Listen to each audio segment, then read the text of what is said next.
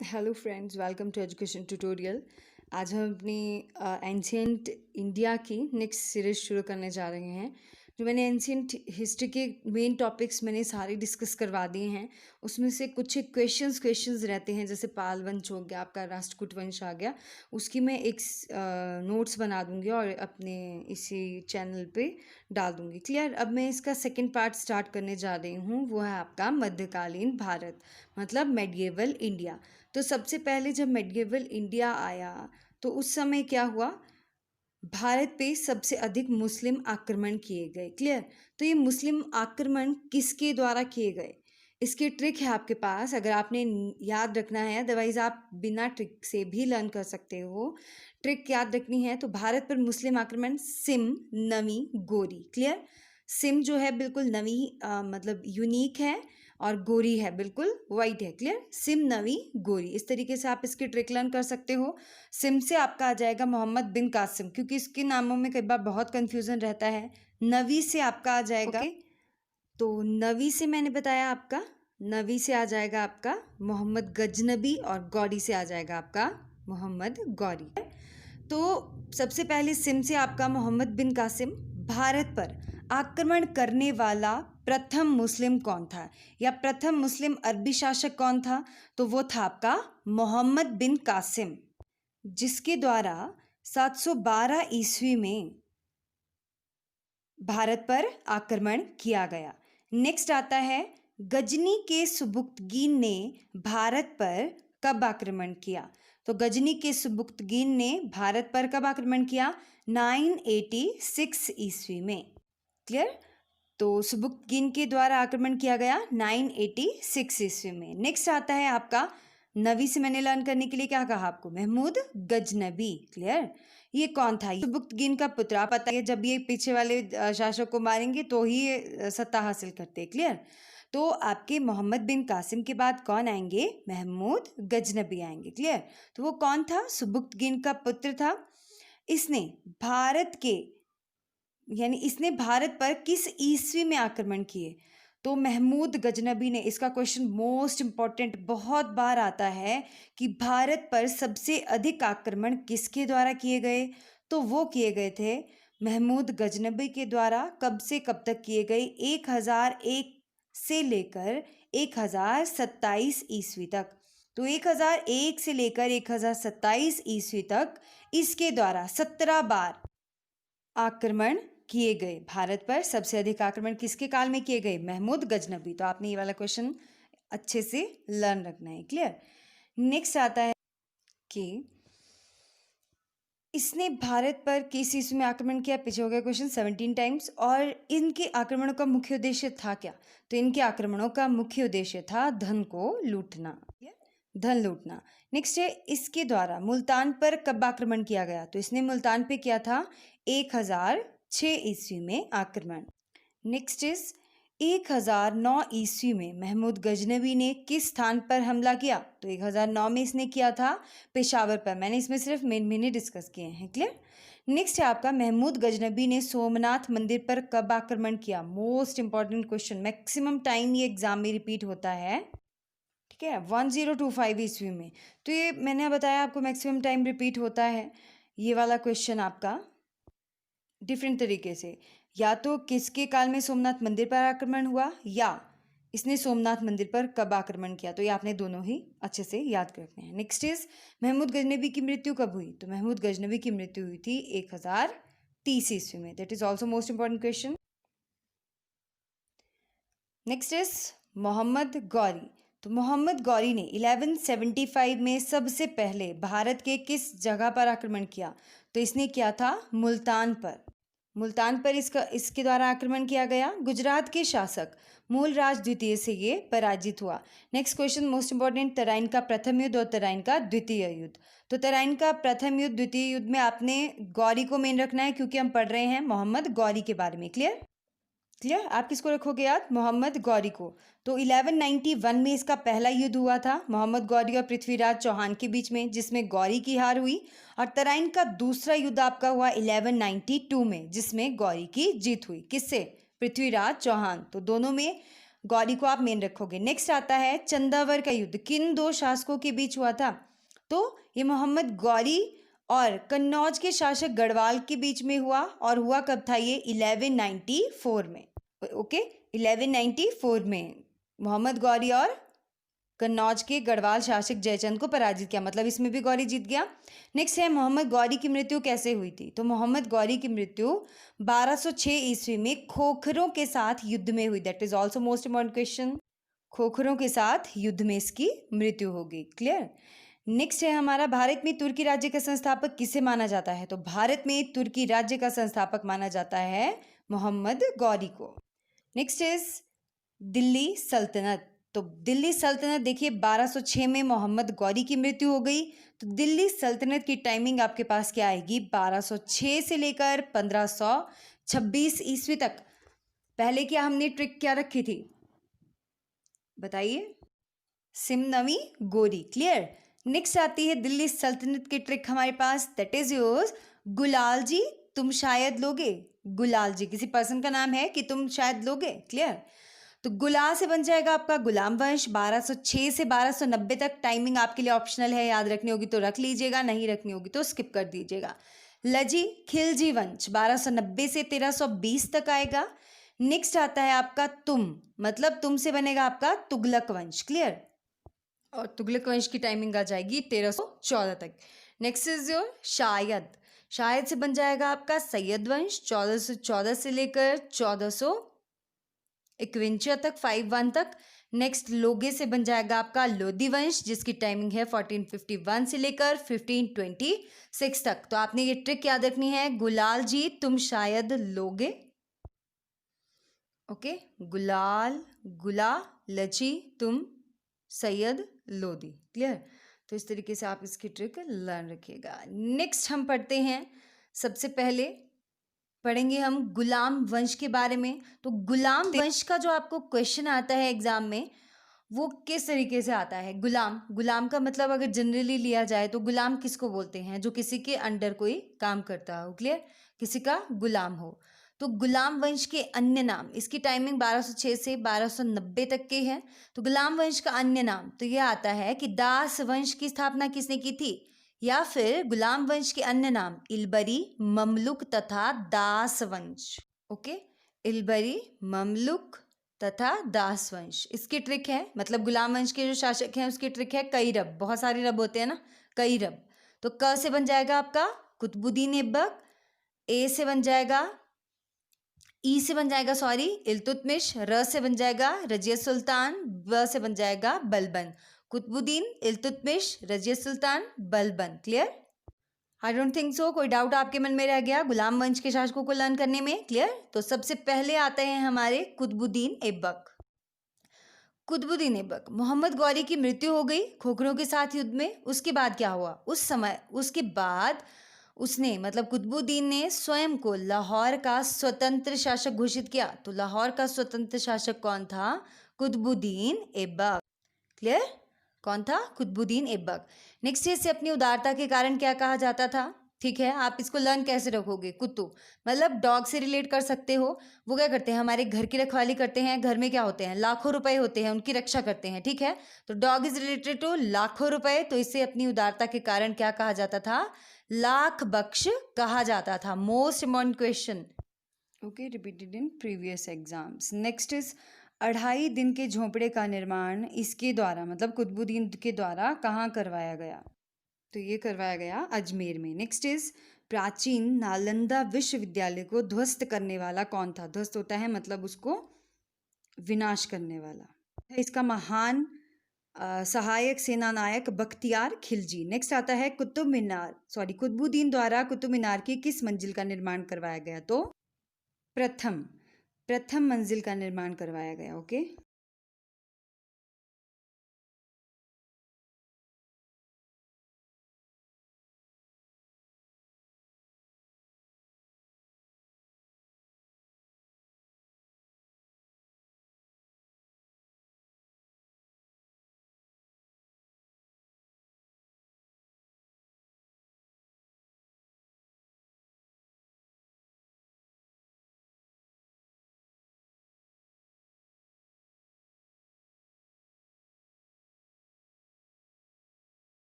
बदायूं का सूबेदार था। ओके, नेक्स्ट है बंगाल का गवर्नर किसे नियुक्त किया गया? तो बंगाल का गवर्नर नियुक्त किया गया था हुसामुद्दीन को। इसका जो मेन क्वेश्चन आता है वो ये है आपका कि इल्तुतमिश के द्वारा कौन सी व्यवस्था लागू की गई थी? मोस्ट इंपॉर्टेंट, देखिए ई से इल्तुतमिश और ई से ही इक्ता व्यवस्था। तो देखिए अब इक्ता व्यवस्था का अर्थ क्या है अच्छे से समझिए, जिसमें जीतल तथा टक्का, जीतल आपका तांबे से, याद रखना है जीतल में त वर्ड है तो तांबा, और टक्का आपका चांदी का था। क्लियर? नेक्स्ट इज इल्तुतमिश को अन्य किस नाम से जाना जाता है? तो इसे गुंबद निर्माण का पिता कहा जाता है। और क्यों इसे गुंबद निर्माण का पिता कहा जाता है? पर क्यों कहा जाता है? क्योंकि द्वारा कुतुब मीनार का निर्माण करवाया गया था। नेक्स्ट आती है रजिया सुल्तान। कुतुबुद्दीन ऐबक हो गया, ई से इल्तुतमिश, र से रजिया सुल्तान। दिल्ली की प्रथम और अंतिम मुस्लिम महिला शासिका। तो ये क्वेश्चन बहुत बार आता है, ठीक है। दिल्ली की प्रथम और अंतिम मुस्लिम महिला शासिका कौन थी? तो वो थी रजिया सुल्तान। और इसकी टाइमिंग भी पूछी जाती है, कब से कब तक इसने शासन किया? तो इसने किया था 1236 से लेकर 1240 तक। क्लियर? 1236 से लेकर 1240 तक। तो आपने इसको बहुत अच्छे से लर्न रखना है। एक तो प्रथम अंतिम मुस्लिम महिला शासिका और 1236 से 1240 तक, 4 ही वर्ष। इसके पतन का मुख्य कारण क्या था? तो इतिहास मिन्हास उस सिराज के अनुसार स्वयं महिला होना। ठीक है, स्वयं महिला थी तो ये इसकी मृत्यु का कारण बना, क्योंकि कोई भी महिला दिल्ली सल्तनत की मुस्लिम शासिका नहीं बनी। और इसकी मृत्यु कहाँ हुई थी? इसकी मृत्यु कैथल के निकट हुई। नेक्स्ट आता है आपका बलबन। बलबन के द्वारा कौन सी नीति अपनाई गई? तो याद रखना है, जैसे बलशाली व्यक्ति है ना, बलशाली व्यक्ति है तो वो लोहे को आराम से उठा सकता है। क्लियर? तो बलबन ने कौन सी नीति अपनाई थी? लौह और रक्त की नीति अपनाई। इसके द्वारा दिल्ली सल्तनत में किस वंश की स्थापना की गई? तो बलबनी वंश, बलबनी वंश की स्थापना की गई। नेक्स्ट आता है शासक बनने से पहले इसके द्वारा कौन सी उपाधि ग्रहण की? शासक बन गया उसके बाद इसने कौन सी उपाधि ग्रहण की? उल्लुग खां की। ओके, उल्लुग खां की उपाधि धारण की। नेक्स्ट है इसके द्वारा कौन सी रीति आरंभ की गई? तो सिजदा और पाबोस। सिजदा का अर्थ होता है सर झुकाकर प्रणाम करना, और पाबोस का अर्थ होता है पेट के बल लेट कर पैरों को चूमना। ये किसने चलाया? तो ये चलाया था बलबन ने। ओके, बलबन ने ये चलाया। नेक्स्ट आता है गुलाम वंश का अंतिम शासक कौन था? तो शमसुद्दीन कैमूर्स। नेक्स्ट आते हैं हमारी खिलजी वंश। खिलजी वंश की ट्रिक मैंने ऐसी बनाई है, जला अल्लाह, मतलब जला से बन जाएगा जलालुद्दीन, अल्लाह से बन जाएगा अल्लाउद्दीन। नेक्स्ट क्वेश्चन इसका फर्स्ट है, जलालुद्दीन फिरोज शाह खिलजी 1290 में दिल्ली का सुल्तान बना, और सुल्तान बनने से पहले ये किस शहर का इक्तादार था? तो ये बुलंद शहर का इक्तादार था। ओके, किसका? बुलंद शहर का इक्तादार। नेक्स्ट है जलालुद्दीन किस प्रकार का शासक था? यह एक उदार तथा हिंदुओं के प्रति सहिष्णु शासक था। नेक्स्ट आता है इसकी मृत्यु कब हुई? तो 1296 में इसकी मृत्यु हुई। उसके बाद क्या हुआ? इसकी मृत्यु के बाद अलाउद्दीन खिलजी शासक बना। अब देखिए अलाउद्दीन खिलजी से जो इंपॉर्टेंट क्वेश्चन एग्जाम में बहुत बार रिपीट होते हैं, सैनिकों के लिए इसके द्वारा कौन सी प्रथा आरंभ की गई? तो इसने की थी हुलिया और दागने की पद्धति का आरंभ इसके द्वारा किया गया। कि अब हुलिया और दागने क्या होता है? ठीक है, हुलिया आपका सैनिकों से रिलेटेड था, सैनिकों की टोली से, और दागने आपका घोड़ों के ब्रांड से रिलेटेड था। ठीक है, तो आपने याद रखना है, हुलिया सैनिकों से और दागने घोड़ों के ब्रांड से रिलेटेड था। तो ये अलाउद्दीन के क्वेश्चन बहुत आते हैं कि हुलिया का अर्थ क्या है, या फिर हुलिया और दागने की पद्धति का आरंभ जो है ये किस शासक के द्वारा किया गया? तो ये किया गया था अलाउद्दीन खिलजी के द्वारा। क्लियर? याद रखना है इसको आपने अच्छे से। नेक्स्ट आता है हमारा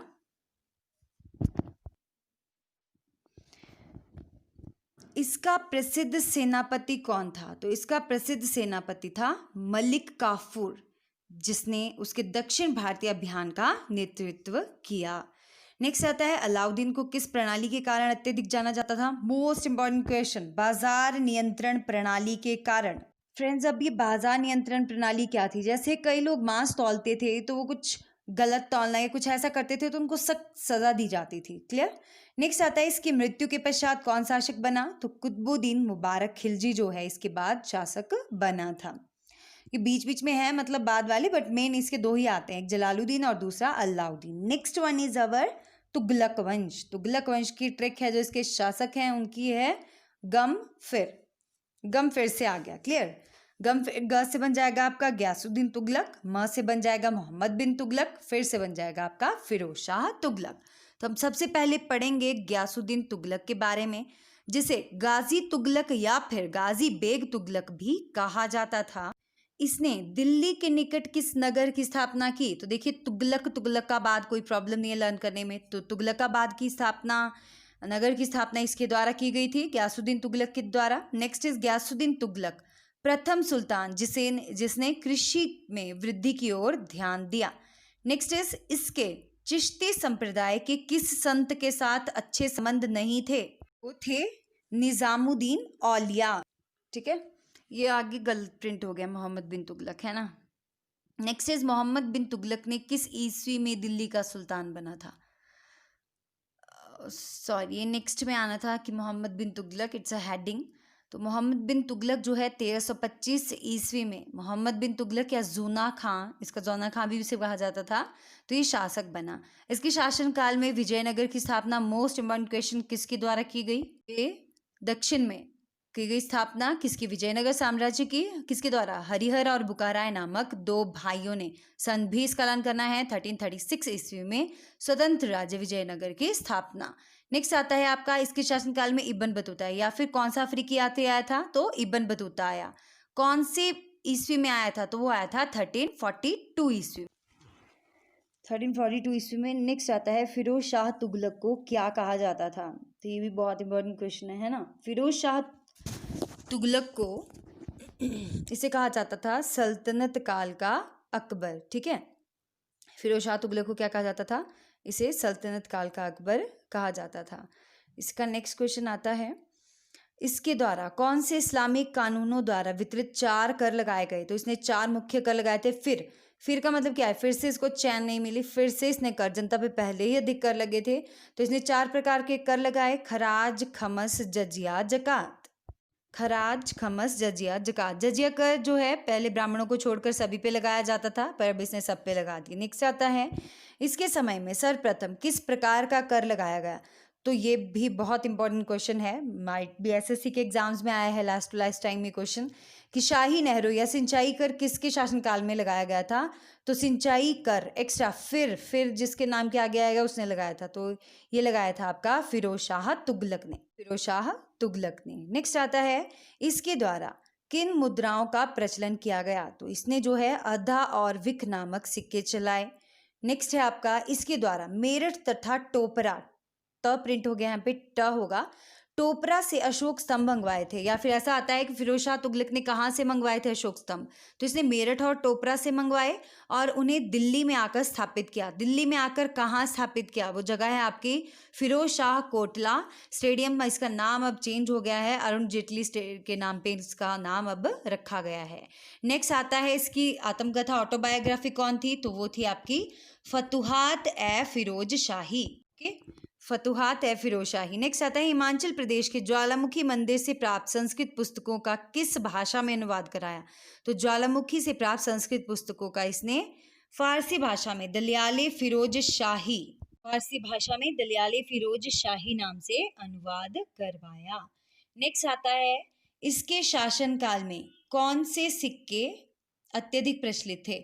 ठीक है, तो इसके शासनकाल में तुगलकों ने सिक्के चलाए थे, इसके शासनकाल में भी वही प्रचलित रहे। नेक्स्ट आता है एकमात्र किस समुदाय का वंश था, तो ये शिया समुदाय का वंश था, तुगलक वंश जो आपका आता है। ठीक है, शिया समुदाय का वंश था, और इसमें दूसरे एक मुबारक शाह आते हैं, खिज्र खां आते हैं सैयद वंश में आपके मेन। क्लियर, तो ये एकमात्र शिया समुदाय का वंश था और स्वतंत्र रूप से इसने अपने नाम का खुतबा पढ़वाया और सिक्के जारी किए। नेक्स्ट है इसमें सैयद वंश का अंतिम शासक कौन था, तो वो था अलाउद्दीन आलम शाह। ओके, कौन था वो? अलाउद्दीन आलम शाह था, जिसे क्या किया? बहलोल लोदी ने अपदस्थ कर यानी कि उसको अपने पद से हटा दिया और दिल्ली में सैयद वंश की शासन क्या हुआ? समाप्त हो गया। और किस वंश की स्थापना हुई? लोदी वंश की स्थापना हुई। लोदी वंश में देखिए आपके 3 आते हैं। पहला आपने याद रखना है बहलोल, दूसरा याद रखना है आपने सिकंदर, और तीसरा आपने याद रखना है इब्राहिम लोदी। ठीक है, तो सबसे पहले पढ़ेंगे हम बहलोल लोदी के बारे में। दिल्ली का सुल्तान बनने पर उससे कौन सी उपाधि ग्रहण की उसने? तो इसने गाजी की उपाधि ग्रहण की थी, गाजी की उपाधि धारण की थी। मैंने इसमें मेन क्वेश्चन ही लिए हैं। कौन सा सिक्का इसने चलाया? तो बहलोल नामक सिक्का इसके द्वारा चलाया गया था।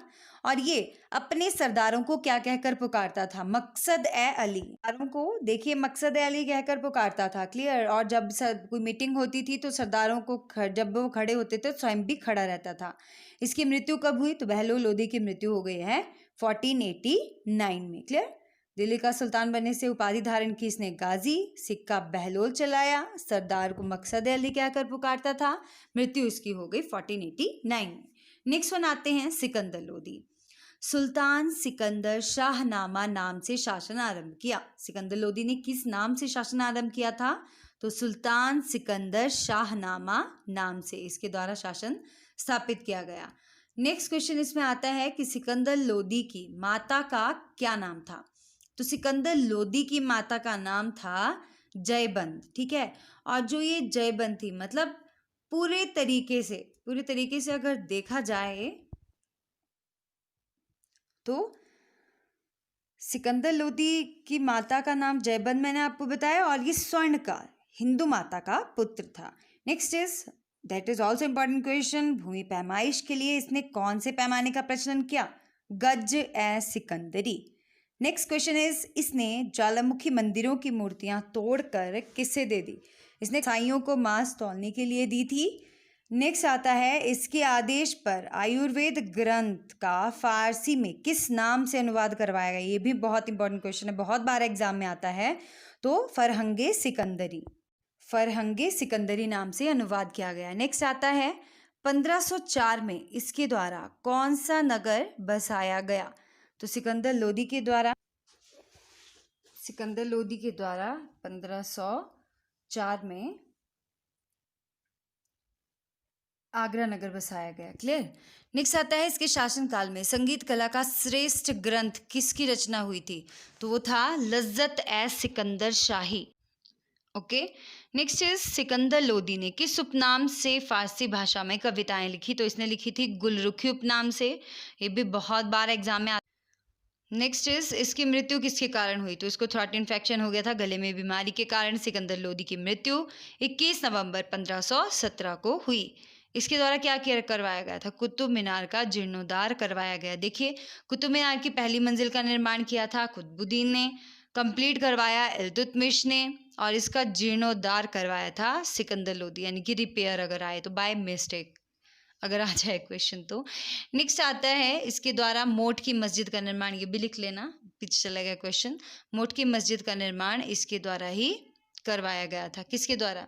इब्राहिम लोदी के द्वारा। ठीक है, नेक्स्ट है इब्राहिम लोदी। दिल्ली सल्तनत का अंतिम व सुप्रसिद्ध शासक इब्राहिम लोदी।